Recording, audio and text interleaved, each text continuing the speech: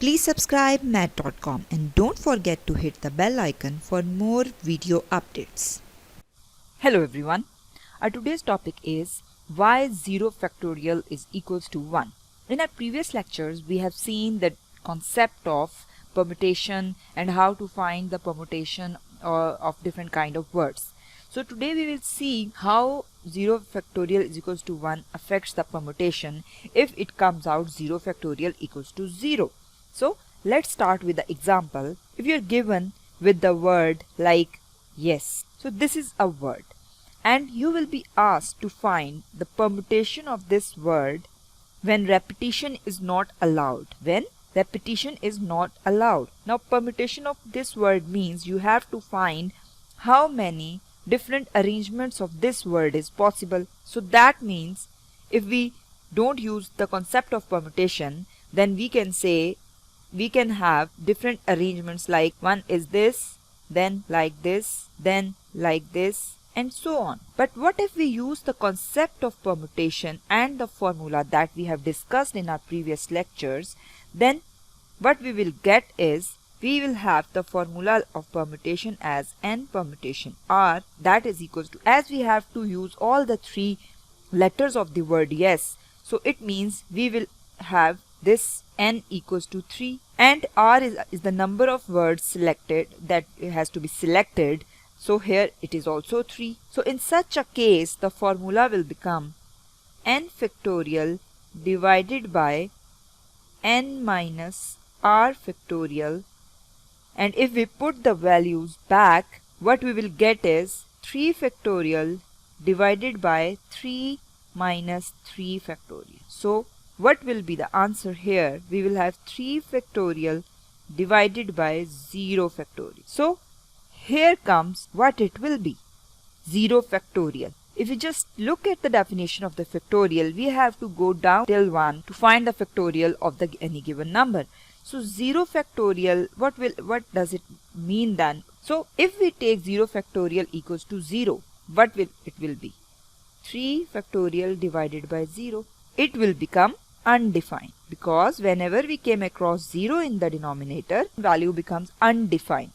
It means we can't define it. So can you say that we can't define how many ways yes can be arranged? Or if I ask, can you say there are undefined ways of arranging yes? No, there will be defined ways. We can find the number of ways in which we can arrange by changing the position of the letters, even if we don't use the formula of permutation.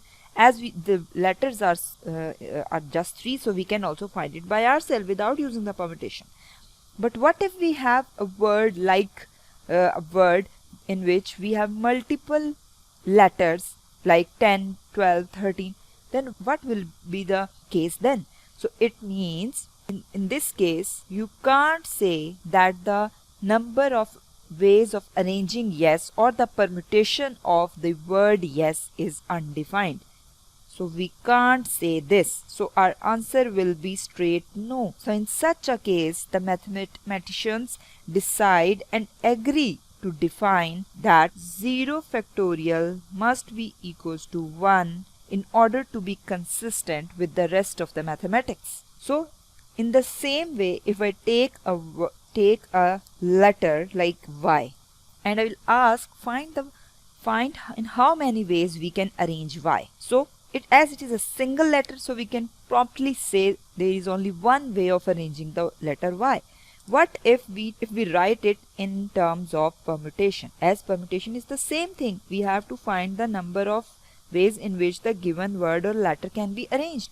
So in NPR, here we have 1, here we have 1. It means both n is equals to 1 and r is equals to 1. And what it will be then if I find n factorial divided by n minus r factorial? It will be 1 factorial divided by 1 minus 1 factorial. So here again it comes the case when we will came across 1 divided by 0 situation. So if we consider 0 factorial equals to 0, then the concept of permutation here will be wrong. You can't say there will be undefined ways of arranging y. As we already know, there is only one way of arranging y. So why we are getting undefined in terms of permutation? So here again, if I ask you, can you say there are undefined ways of arranging y, of arranging this letter y? Or can you say there are undefined ways of arranging this word yes? No, it is very clear here that these are not undefined, these are defined. So here again comes the concept that 0 factorial, and there comes the agreement on it that the 0 factorial should be equals to 1. Otherwise we will get the wrong permutation of the words where the repetition is not allowed and where all the letters of the given word are distinct. In order to be consistent with the concept of the permutation, all mathematicians agreed to define 0 factorial equals to 1. So that's all from today's lecture. Thank you.